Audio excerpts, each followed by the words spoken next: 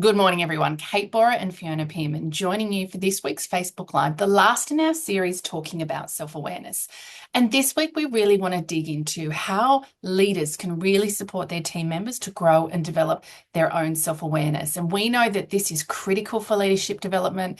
We know that it's critical for personal transformation, and is really such a valuable leadership skill, an opportunity to offer anyone that we lead in the workplace. And I think the first place we want to start is to role model this. It is really useful for you to share your own story around how you have over the years increased your own self-awareness. Here we're talking about the good, the bad, and the ugly. So there'll be maybe some unfortunate stories, experiences where maybe it hasn't felt so comfortable, easy, or maybe been a bit of a disaster. It can be useful to share those stories with your team members.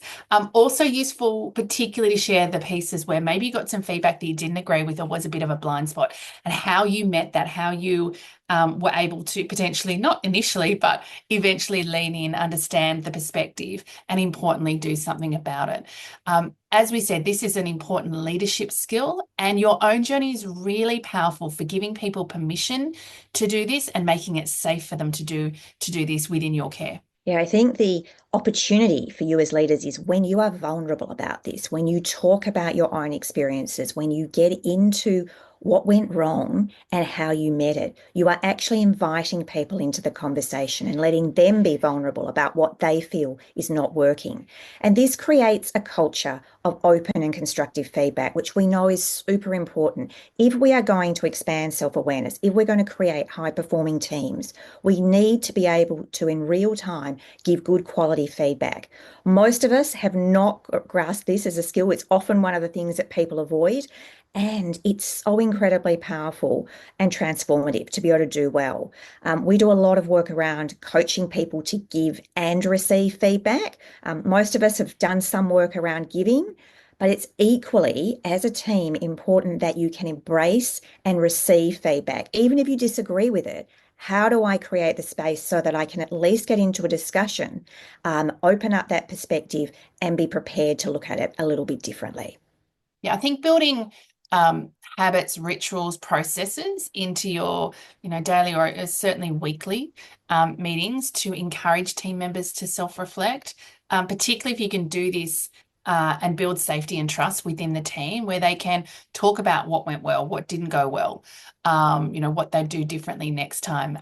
Normalizing that this is a useful, valuable, and learning opportunity that actually they don't need to do in private necessarily with you, that they actually can do as part of a broader team, because actually that sharing builds trust, but also learning opportunities for everyone, for the collective, is a really powerful way to help them build the thinking cycle, the reflection cycle. One of the things that's really critical in our work is supporting people to become your own best coach. And so, collectively providing that feedback in a safe environment.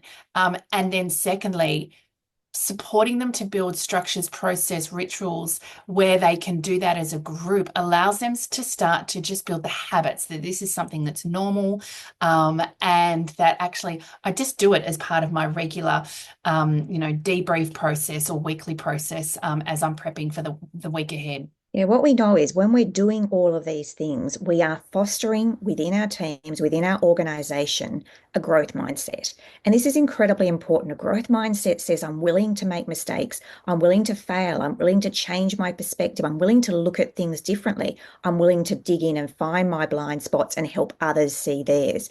And it's not done from a place of judgment. It's not done from a place of making others wrong. It's done with that curiosity, that willingness to examine and do things differently. And so when you are doing all of these bits and pieces, you are naturally in that growth mindset place, and you are allowing people to see setbacks and failures as normal parts of growth and development of learning.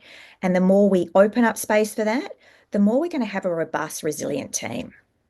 We're going to leave it there. If you've enjoyed today's confidence conversation, we'd love for you to share any comments. If you know anyone who would benefit, we'd love for you to tag them or, of course, share it with them.